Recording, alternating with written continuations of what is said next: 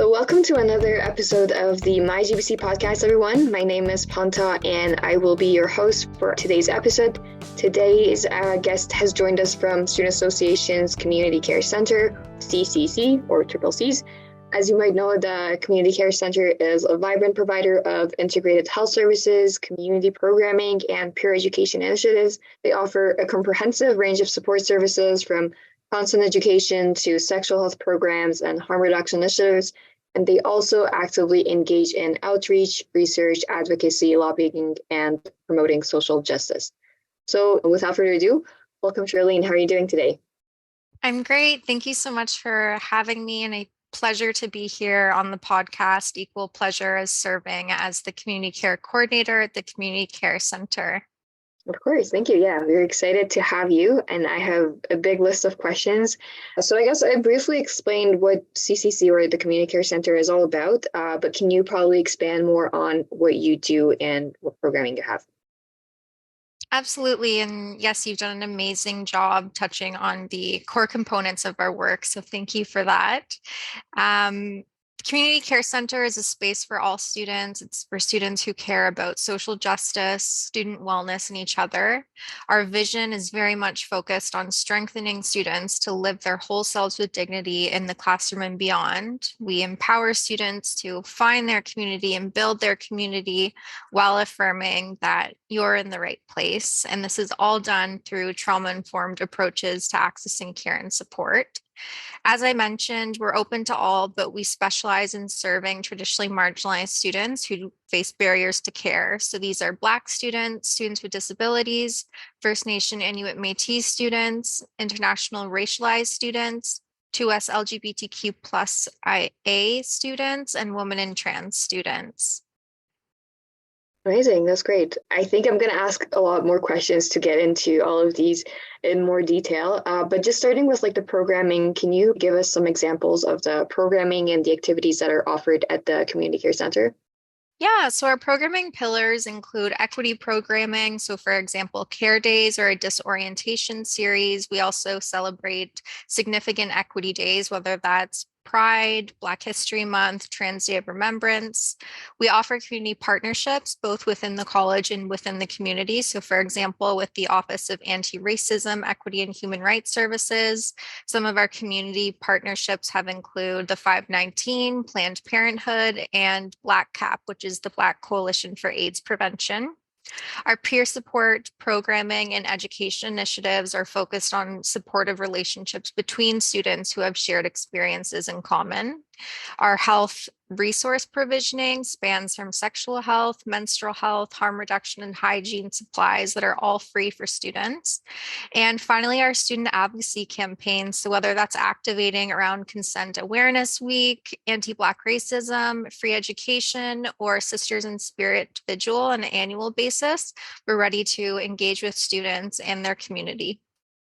Amazing. That was a lot. And I'm sure all of us probably on campus or off campus online on social media or the website, we have seen a lot that what you do, like the Student Association and the Community Care Center. I think I personally have seen a lot of the stuff that are going on around. And I've always found the Student Association and the Community Care Center, they actually bring the people together, which is very important for students in the college, especially if you're just starting and you don't know a lot of people. And my next question is, in what ways does the Community Care Center act as a resource for understanding and organizing around social justice? So the Community Care Center was formerly known as the Community Action Center, where we offered student advocacy campaigns and united folks across the student movement and shared struggles. As a student union, the Student Association, we're also part of the Canadian Federation of Students Ontario local membership, meaning that we're active, aware, and engaged. And the Canadian Federation of Students mandate seeks to achieve a system of post-secondary education that is free, accessible, high quality, and nationally planned, while recognizing the legitimacy of student representation and the validity of student rights. So whether we're fighting privatization of post-secondary education or opposing war, students have consistently been at the forefront of people movements throughout history. And our social justice organizing and campaign activations go beyond local issues, noting that international struggles are shared across students' lived realities and common goals. So as a essential department within the Student Association and the college's student union, we know that student unions exist to educate and agitate and organize students, because as long as our institutions and governments are complicit in oppression across various fields, the Student Association and the Community Care Center has a shared responsibility to be in solidarity with students. I would say our main campaigns activation have benefited both social justice organizing and engaging with students, because they do act as both a tool to create change with proposed solutions that are impacting George Brown College students, but equally knowing that some of our student-led campaigns, whether that's consent or harm reduction or free education or OHIP for international students, fairness for international students, or food insecurity, are always based on the needs of our student body at George Brown. Yeah, and I think at one point you mentioned that you really focus to help students that are traditionally marginalized, like Black students, First Nation students, Indigenous students, and you mentioned a lot of different categories. But are there any specific services or resources that are available for these students? Yeah, so as mentioned, our resources, programming, and services are open to all, but by prioritizing students from equity-seeking communities, we're able to support through our equity programming, our peer support models, and importantly, community referrals. And our referrals play a really key component for students, because beyond the college, our relationships with community groups and nonprofits and health clinics and grassroots coalitions across the city allow students, no matter their lived reality, no matter their identities, to ensure that they have access to the appropriate resources and supports that they need to be set up for success throughout George Brown. For sure. Yeah. And I think for a lot of our students, they actually don't know. But as you mentioned, a lot of the supports that we are receiving as students, for example, the SNAP program, which is like the food program that we have at Student Association, or like the OHIP, which is International Students Insurance, basically. That's all covered through Student Association. So if you have any questions or need any kind of support, basically the CCC or the Student Association as a whole would be the place for you to go to and seek help. So besides that, what can you expect as a student if you're, like, for example, visiting the community care center's physical spaces, which I don't know if you've been to them, but they're actually very cool spaces for even like just going there and chilling. But what can you expect when you visit these places in person? That's a wonderful question. I can assure that students can expect to be warmly welcomed into each and every one of our campus locations. We have spaces at Casa Loma, Waterfront, and soon back at St. James. Our physical spaces operate as alternative community centers with all of the resources, board games, coffee, tea, and just as you said, a space for students to connect with each other, debrief in between classes, or get involved in upcoming events or programming. But each space is truly unique and special in its own way. By this, I mean that our centers look and feel different than other campus resources or departments with full intent, because we want students to feel that difference in order to really feel welcomed and encouraged to be themselves, and that this is a different space from, in contrast to, say, like counseling or the library. We're bright, we're vibrant, we're welcoming. And so many students have even just said, even just stepping into our space, they feel less stressed, they feel welcomed, they feel that it's a break between a classroom or traveling or commuting.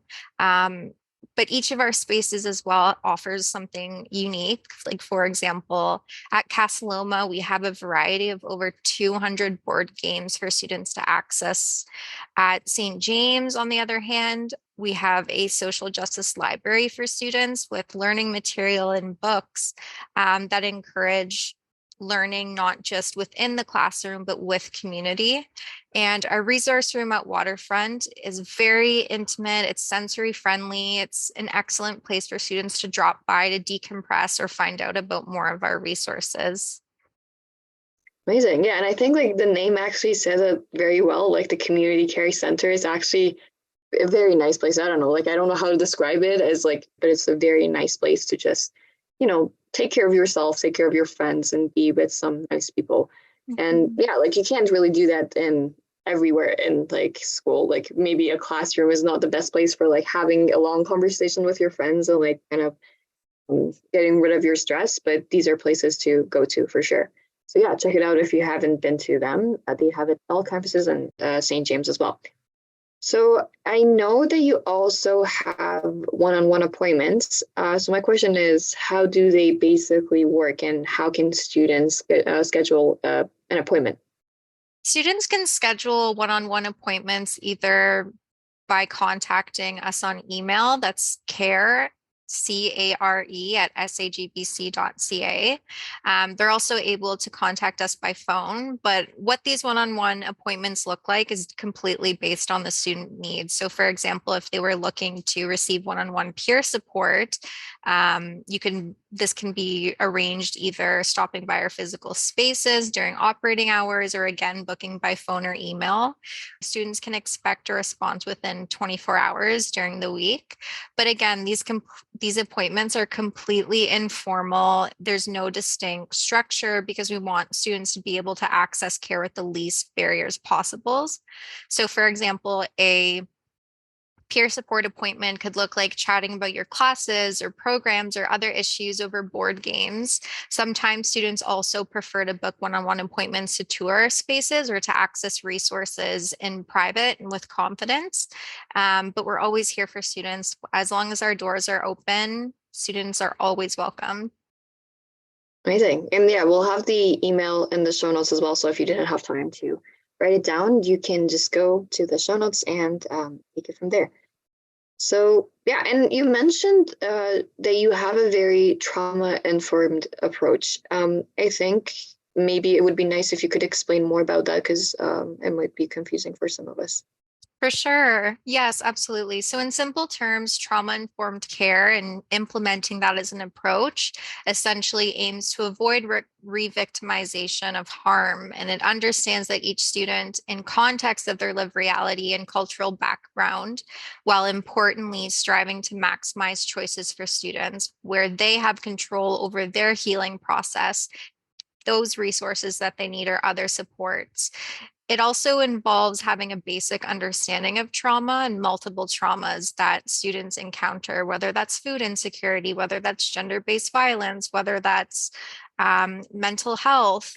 What we really aim to shift from as instead of asking students, what's wrong with you, to what happened to you. And when we focus on understanding the whole student in context of their lived experiences, what we're doing is acknowledging the roles that oppression and violence and other student struggles play in the roles of everyday lives. And as I mentioned, these struggles can range from racism, transphobia, or housing insecurity. And it's being able to not only acknowledge the student and their lived reality and be treated with dignity and respect and trust, but also fostering that trauma informed approaches differ from, say, counseling, how maybe a counselor would approach this, or maybe how a doctor would approach issues like this. Um, it's a it's a hard concept to really put into terminology without seeing it in practice. And that means ensuring that not only staff are trained to deal with students, even in circumstances with crisis or other conflict, but their dignity and their lived realities are really at the center of who we see them and what they would like to do as a student with that agency and autonomy. Absolutely, yeah. And I think it's a very helpful approach for all of us. And I think at Georgia Brown in general, I've definitely noticed that people care and they try to kind of understand your background, which is very important. A lot of people ignore it in like different places, but I think we've been able to luckily do a good job, which is great. Yes.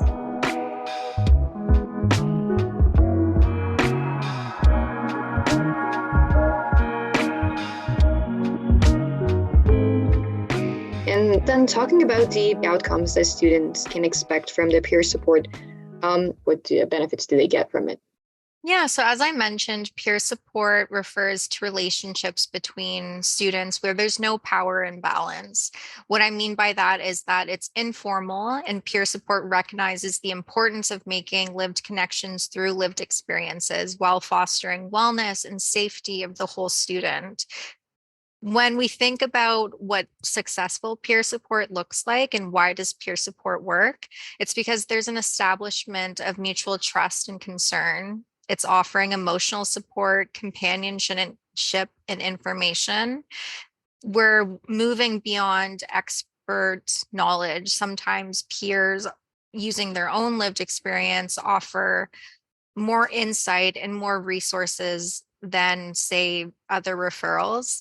And receiving support from peers or students in similar connections may help folks feel more comfortable than other support models, just as I mentioned, like a therapist or a doctor, because knowing that there's no experts, that students are the experts of their own lives, is not only affirming, but effective in, again, treating the student with dignity. And a core component of this is our work. We believe and we honor that marginalized communities know their needs best and their lived experiences have value, that their voices and change making and histories and lives are world making, and that community and connections are important, especially in times like these crises. And importantly, that we all have something to learn, we all have something to teach. There's no such thing as experts. And we're here to help and ensure that students are accessing services and resources with dignity. Yeah, in summary, students deserve trust, they deserve transparency, they deserve safety and collective care and agency and choice. And that's really wholesome and beneficial through peer support models, because again, we want students to live their whole selves with dignity. And we all win when students who want to access care outside of the classroom can do so and without harm. Yeah, and I think peer support, I don't know, I've always personally been a big fan of peer support. I think I've definitely benefited from it a lot.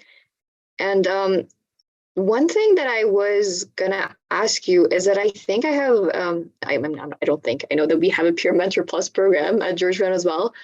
So can you maybe explain a little bit how is this kind of peer support different from that Peer Mentor Plus programming? Yeah, I that's a really great question. I can't speak to Peer Mentor Press or their programming, but the CCC, since the CCC has existed, has always fostered peer support models at the core of our work. And I would say, in contrast to, say, other peer support services around the college or even with other schools, is that by honoring our equity groups and having staff that look like our student body, whether that's international students or students with disabilities, and being able to have them trained and empowered to support their community, I think is something that has stood as a key component of the community care center and what makes us different beyond our trauma-informed approaches to care. Again, I can't speak, unfortunately, to Peer Mentor Plus or what they offer, but the Community Care Center has offered peer support and peer education initiatives since 2013. For sure, yeah. And we had another episode actually about the Peer Mentor Plus and their programming. And I think it's very beneficial if the students who are looking to seek support from a peer to listen to both this episode probably and that one as well.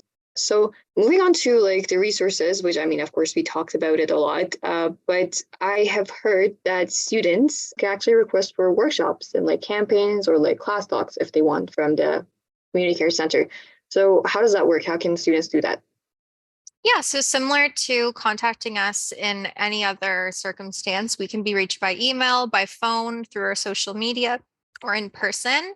Some of the sample workshops and class talks that we offer are Let's Talk Harm Reduction, pronouns and gender inclusive language, consent in the classroom.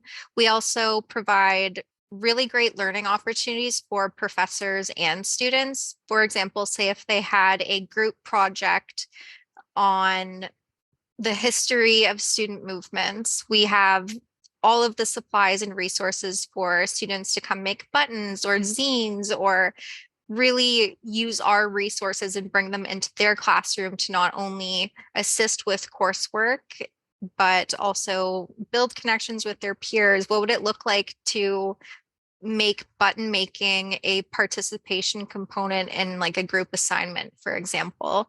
And again, these resources are completely free to students. We, if not full-time staff, part-time staff are always here to advocate for students and work in combination with George Brown departments and professors in classrooms.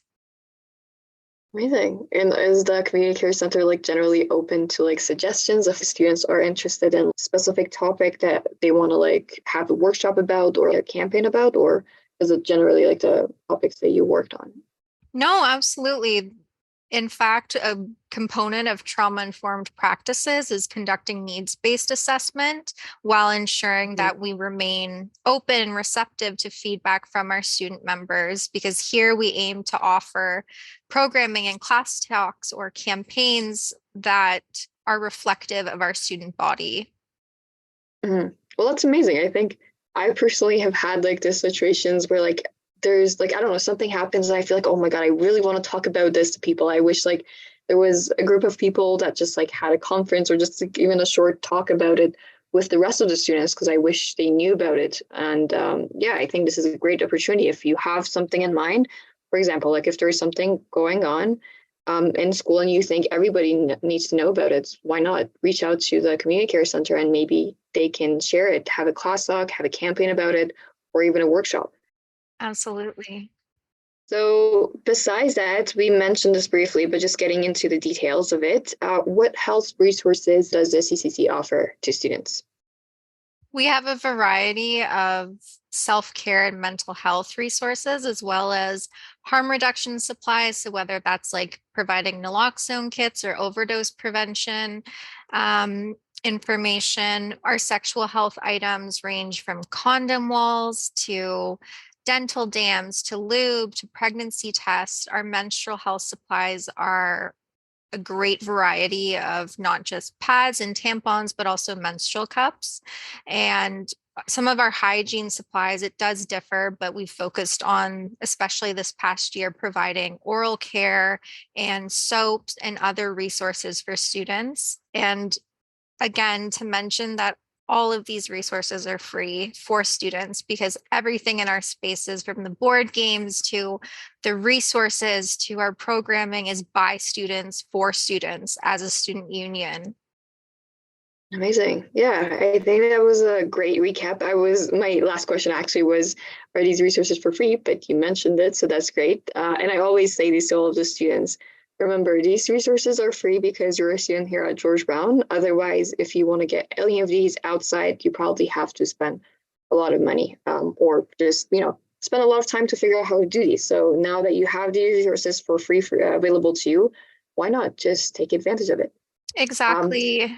And I think to circle back to the importance of our community partnerships is where students, if we don't have the resources that the student needs, what we do have the capacity and support to do is reach out to community partners or help the student with research to find if there's other options or how they can access what they need through the community care center and in community throughout the city.